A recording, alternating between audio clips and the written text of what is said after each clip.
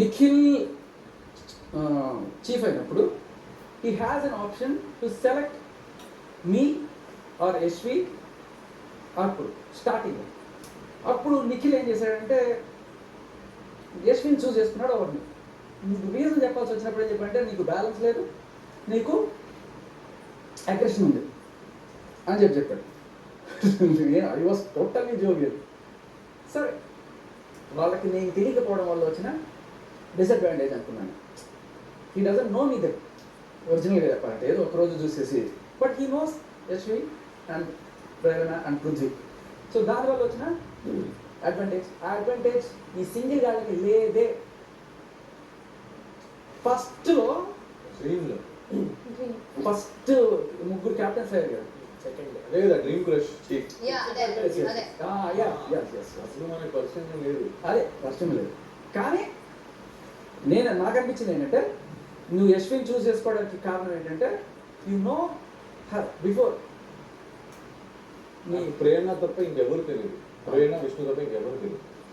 Okay okay, నాకు అలా అనిపించింది. Don't worry, my nomination is not you. అయ్యా అలా క్లారిటీ ఇస్తున్నా, ఎందుకంటే తర్వాత నాకు అనిపించింది ఇంకొకటి కూడా. సరే, అక్కడ అనిపించింది నేను తెలియకపోవడం వల్ల నాకు నబీల్ కూడా కొంచెం అనిపించినట్టుంది, అండ్ ఆదిత్య కూడా అనిపించింది. వీ యూస్ టు డిస్కస్ ఇక్కడ తిరుగుతూ తర్వాత ఒకసారి తను చీఫ్ అయ్యాక, యశ్వి చీఫ్ అయ్యాక, అదే నేను ఆ రోజు పాయింట్ కూడా చేశాను. చీఫ్ అయినప్పుడు సోనియా అడ్డం పడి గట్టిగా మాట్లాడినప్పుడు తను అది చేసి ఎట్లా చేసేసినప్పుడు ఇది కదా అగ్రెషన్, ఇది కదా బ్యాలెన్స్ లేకపోవడం, ఒకసారి ఇది అని చెప్పి నేను అప్పుడు కూడా పాయింట్ అవుట్ చేశాను, గుర్తుందో లేదు. సరే, అదైపోయింది. తర్వాత యశ్వికి ఒక చీఫ్ అయిన తర్వాత నామినేషన్లో ఉన్న వ్యక్తిని సేవ్ చేసే అవకాశం వచ్చినప్పుడు guess who she will save? Obviously Prerana. అదే జరిగింది. సో ఇక్కడ ఏంటి, నాకెవరు ముందుగా ఉన్న ఫ్రెండ్స్ ఎవరు లేరు. దానివల్ల వచ్చిన ఒక డిసడ్వాంటేజ్. అయితే ఇప్పుడు నేను వెళ్ళి చూసిన తర్వాత, బయట తీసుకున్న తర్వాత నాకు తెలుసుకున్న విషయం ఏంటంటే జనాలు ఈ గ్రూపిజం నచ్చట్లేదు. ముందుగానే వీళ్ళు అడ్వాంటేజ్ తీసుకుని వచ్చి ఆడుతున్నారు రా. సో తర్వాత అండ్ అప్పుడు కూడా సరే మీ ఫ్రెండ్షిప్ మీకు ఉంటే ఉందండి. నాకు అప్పట్లో ప్రేరణ అండ్ యశ్వి వీళ్ళు ఫస్ట్లో నాకు ప్రేరణ ఎస్పెషల్లీ, మేము రాత్రిపూట కూడా బోల్డని మాట కబుర్లు చెప్పుకునేవాడు. తను తొందరగా నిద్రపోయింది. మంచి హెల్త్ హ్యాబిట్స్ యశ్వికి. ప్రేరణ యూస్ టు డిస్కస్ సరదాగా బోల్డంత కబుర్లు చెప్పుకునేవాడు. అండ్ బయటకు వచ్చిన తర్వాత మన ఇద్దరి రీల్స్ ఎంత పాపులర్ అయ్యారు.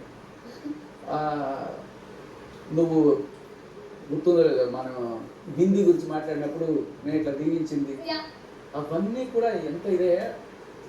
నాకు ప్రేరణలో ఆ చైల్డిష్నెస్, ఆ నాటినెస్, ఆ స్పాంటినిటీ ఎంత నచ్చేది.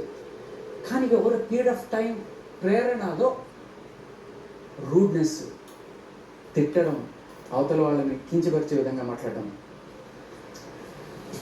నాకు అస్సలు నిన్న ఆ రాత్రి కంప్లీట్గా చూసేదాకా నాకు అసలు లేకుండా ఫస్ట్ టైం నాకు ప్రేరణ మీద కోపం వచ్చింది. తర్వాత యశ్వి, నిఖిల్ని కూడా నేను ఇదే గ్రేట్ అనుకున్నాను. ఇప్పుడు నువ్వు చెప్పావు కదా తెలియదని, అది కన్సిడర్ దట్. కానీ నిఖిల్ గేమ్కి వచ్చినప్పుడు అట్లీస్ట్ తన టీం కోసం గట్టిగా ఆడాడు. ఇప్పుడు రైట్ నేను పాయింట్ వచ్చేస్తాను. మీ ఇద్దరు ఫస్ట్ ఎవరు రావాలనుకుంటున్నారు? ఫస్ట్ ఇక్కడ నుంచి వాళ్ళలో రావాలి, వాళ్ళ పాయింట్స్ చెప్పాలి. ఓకే, ఫస్ట్ ఎవరు చెప్తే ఎవరు వస్తారు? ముందు ఎవరు? Okay, so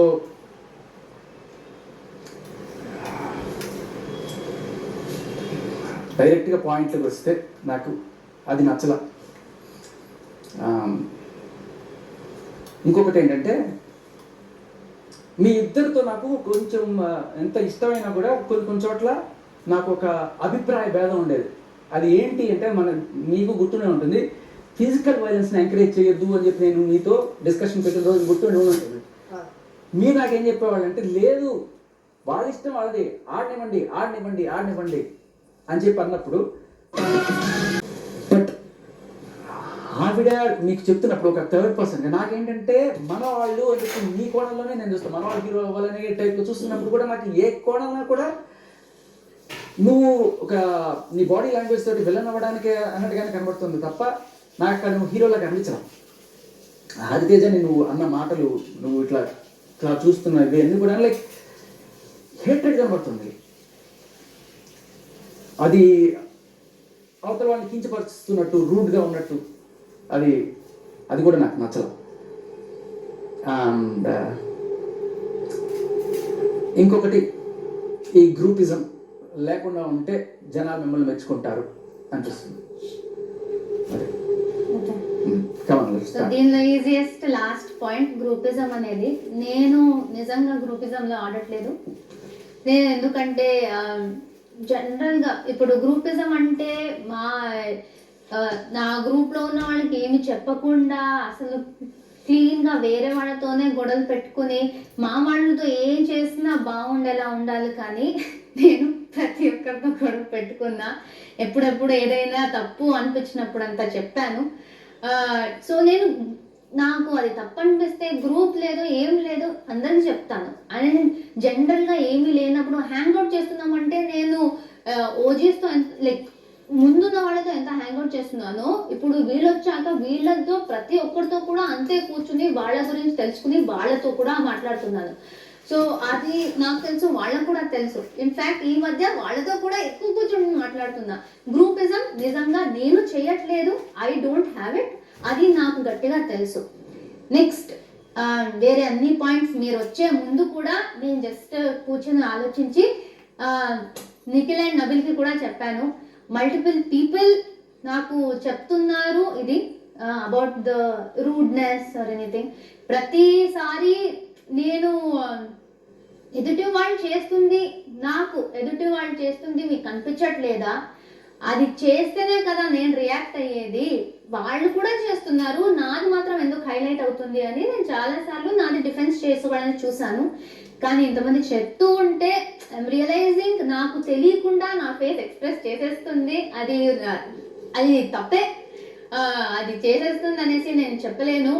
I'm very sorry to any contestant. నేను నిజంగా హర్ట్ చేసిన వాళ్ళకి. నేను హరితేజ గారు నామినేషన్లో కూడా చెప్పాను, ప్రతిసారి ఆవిడ ట్రిగర్ చేస్తే నేను ట్రిగర్ అయిపోయాను. కానీ నేను ట్రిగర్ అయ్యే రీతి ఇంకా ఎక్కువ. ఆవిడ ట్రిగర్ ఇంత చేస్తే నా రియాక్షన్ ఇంత ఉండేదేమో. సో నా రియాక్షన్ దీనికన్నా ఎక్కువ అయిపోయి నేను ఆబ్వియస్లీ బ్యాడ్గా అయిపోతున్నా. అది నేను కంట్రోల్ చేసుకోవాలి. సో